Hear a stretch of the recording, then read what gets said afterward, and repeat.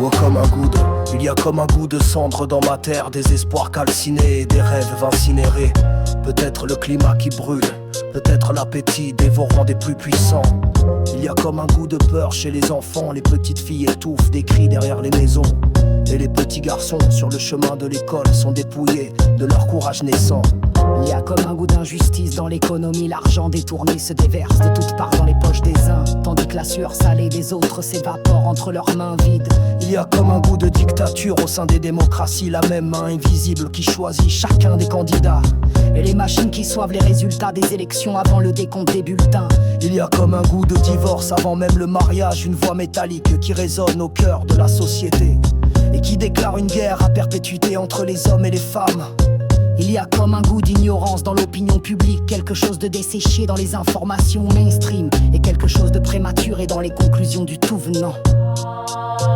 Il y a comme un goût de funérailles dans les chants religieux, les hurlements de la foi qui sont des mises à mort de la raison. Et pour que la raison survive, elle doit se cacher dans les livres et dans le murmure de ceux qui essayent encore de réfléchir.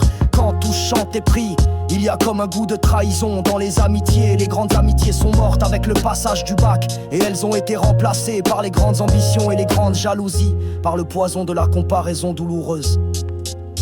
Il y a comme un goût d'envie de meurtre chez les dirigeants politiques chaque fois qu'ils entendent qu'une intelligence éveillée entreprend de s'exprimer sur les choses de la nation et les choses du peuple, parce que eux ils ont prospéré sur le sommeil et l'ignorance des masses. Il y a comme un goût de chaos dans l'ordre mondial des dirigeants de nations qui dirigent avec leur égoïsme individuel et leur égoïsme de groupe, et qui ne réfléchissent que pour chercher les moyens de mieux conserver leur pouvoir et de mieux blinder leur fortune.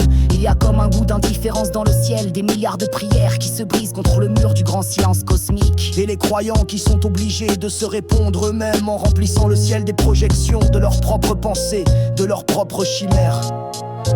Il y a comme un goût de désespoir dans mon humanité, la persistance des religions et la persistance des suicides. Et toujours aucun sauveur qui descend du ciel, aucune armée d'anges qui descendent du ciel, aucune cohorte de vaisseaux de lumière qui descendent du ciel. Rien qu'un peu de pluie.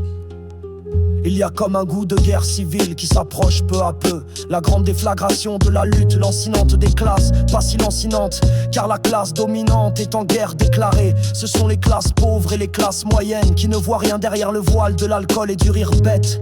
Il y a comme un goût de larmes chez les jeunes diplômés derrière le courage nécessaire pour se frayer une place dans le monde du travail. Les larmes des sacrifices continus et des luttes sans fin. Il y a comme un goût de solitude chez les jeunes femmes, conditionnées comme des femmes fortes, mais réduites à des fragmentations psychologiques et à des raideurs psychologiques qui les rendent impropres à des relations saines. Il y a comme un goût de résignation chez les activistes, le peuple qui ne se lèvera jamais comme un seul homme, aucun mot d'ordre qui ne soulèvera quiconque par la seule force de sa pertinence, tandis que l'abrutissement trouve un écho sous chaque toit et dans chaque profil.